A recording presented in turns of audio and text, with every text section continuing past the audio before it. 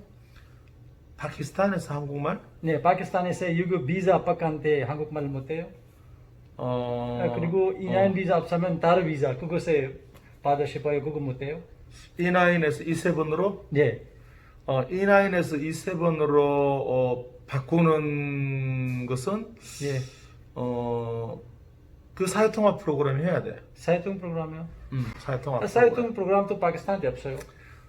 없지. 네. 그지? 그것도 한국말 한국에도 있어요. 그것도 어떻게 해요? 한국말 배워요? 한국말은 한국말 파키스탄에서 애들이 많아요. 한국말 배웠어요. 배우고 싶어. 테스트 하고 있어요. 그럼 비자 안 나왔어요. 그거 사람 비자, E9 비자 안 나왔어요. E9 비자는 예. 그 파키스탄 친구들은 자기 나라에서 받아서 일로 와야 돼. 그래, 그것을 안 받았어요. 왜요? 여기 한국 사람이서 그거 나한테 계속 전화했어요. 우리도 한국말 배웠어요. 공부했어요. 테스트 하고 있어요. 그리고 한국에서 우리 E9 비자 아직까지 안 나왔어요. 모르겠어. 그건 내가 몰라. 그건 법무부 쪽이라 그 파키스탄 정부하고 예. 대한민국 정부하고 예. 사이에서 주는 거니까 그건 이제 나는 모르고 우리는 한국에 이제 외국인 친구들이 왔을 때 예. 여기 와서 공부하고 싶어요 그러면 그때 이제 우리 센터에서 한국어도 무료로 배울 수 있고 또 내가 그 사회통합 프로그램 시작하고 싶어요 할 때도 여기서 해줄 수 있고 근데 비자가 나오고 안 나오고는 이제 나는 모르지 법무부하고 네, 알겠습니다. 그래서 여기서 여기 센터에서 비자 E7 비자 바꿔요? E7 비자를 바꾸는 거는 이 공부만 해서 안 돼. 그럼? E7 비자를 바꾸는 건 내가 사회통합 프로그램을 했어요 해서 이렇게 바로 바꿔지지는 않아. E7 비자는 두 가지 방법이 있는데 하나는 고향에서 E7을 받고 오는 방법. 두 번째는 한국에 와서 E7을 받는 건데 그러려면은 자기가 특별한 기술, 특별한 기술을 가지고 있는 사람이 한국에서 일을 할 때나 또 그 회사에서 받는 월급 그리고 얼마나 오랫동안 일했는지 그런 것을 다 따져서 E7 비자를 바꿀 수 있는 거죠. 네, 알겠습니다. 그리고 여기서 한국말 배웠는데 레벨 1, 2, 3, 4, 5 여기서 레벨 5 하고 공부요? 아니 공부는 여기서 하는데 공부는 레벨 그 1단계는 너무 쉬워. 예. 너무 쉬워서 안 하고 보통 2, 3, 4, 5 이렇게 하거든. 아, 그래서 지금 현재 로뎀은 2, 3을 하고 있고 예. 다음에 내년에는 3, 4를 가고 예. 이렇게 계속 하는데 예. 이 레벨 테스트는 한국에 들어온 다음에 예. 내가 사회통합 프로그램을 하고 싶어요 하면 예. 그 사람들이 법무부로 신청을 해. 나 이거 시험 칩니다. 예. 그러면 법무부에서는 한국에 있는 대학들 예. 이 대학 저 대학 가서 예. 내가 시험을 쳐. 예. 시험을 치고 난 다음에 그 점수가 나오면 예. 그 점수를 보고 당신은 2단계, 당신은 3단계 그레이드를 정해주는 거지. 네, 알겠습니다. 그 정해진 다음에 예. 만약에 네가 3단계가 나왔어. 네. 그러면 이 한국에서 3단계를 하는 기관을 찾아가는 거야. 네. 근데 여기 로뎀이 3단계를 하면 여기서 신청해서 여기서 공부하면 되는 거야. 네, 알겠습니다요. 그래. 네. 파키스탄, 우즈베키스탄 뭐 많아. 아, 여기도 많아요. 많이 여기 있어. 남자 있어요. 여자도 없어요. 여자들은 잘 많이 못 봤어. 결혼했는 네. 사람들. 남자들은 내가 자주 봐. 네, 알겠습니다요. 그리고 지금 뭐 파키스탄 사람한테 얘기해 한국에 나와요. 여기도 월급 받아요. 일리에 많이 쉬십시오. 열심히 해요. 그거 조금 얘기해요. 우리 파키스탄 친구들 안녕하세요. 예. 나는 한국에서 로뎀 센터를 운영하고 있는 사람인데 이 로뎀 센터는 외국에서 오는 외국인 근로자들 또 결혼해서 오는 사람들 그런 사람들에게 무료로 한국어를 가르쳐주고 또 한국 공부를 할 수 있는 그런 센터입니다. 그래서 마석 주변에 있는 많은 외국인 친구들이 여기 와서 가장 먼저 한국어를 배우고 또 어떻게 앞으로 한국에서 살아가야 될지 여기서 도움을 많이 받고 있어요. 여기는 모든 공부하는 것이 전부 다 무료입니다. 그래서 외국인 친구들이 오면 궁금한 것 있을 때 이 센터로 오면 됩니다. 예. 저기 책상하고 다 있어서 예. 이렇게 여기는 이제 공부할 때는 저 책상을 다 펼쳐서 공부하고 예. 그리고 여기서 일요일에는 크리스찬 예배가 있고 아, 크리스티니요. 그리고 이제 평소에는 한국어 공부 예. 그리고 외국인 친구들이 예. 여기서 모여서 같이 아. 서로 모임도 하고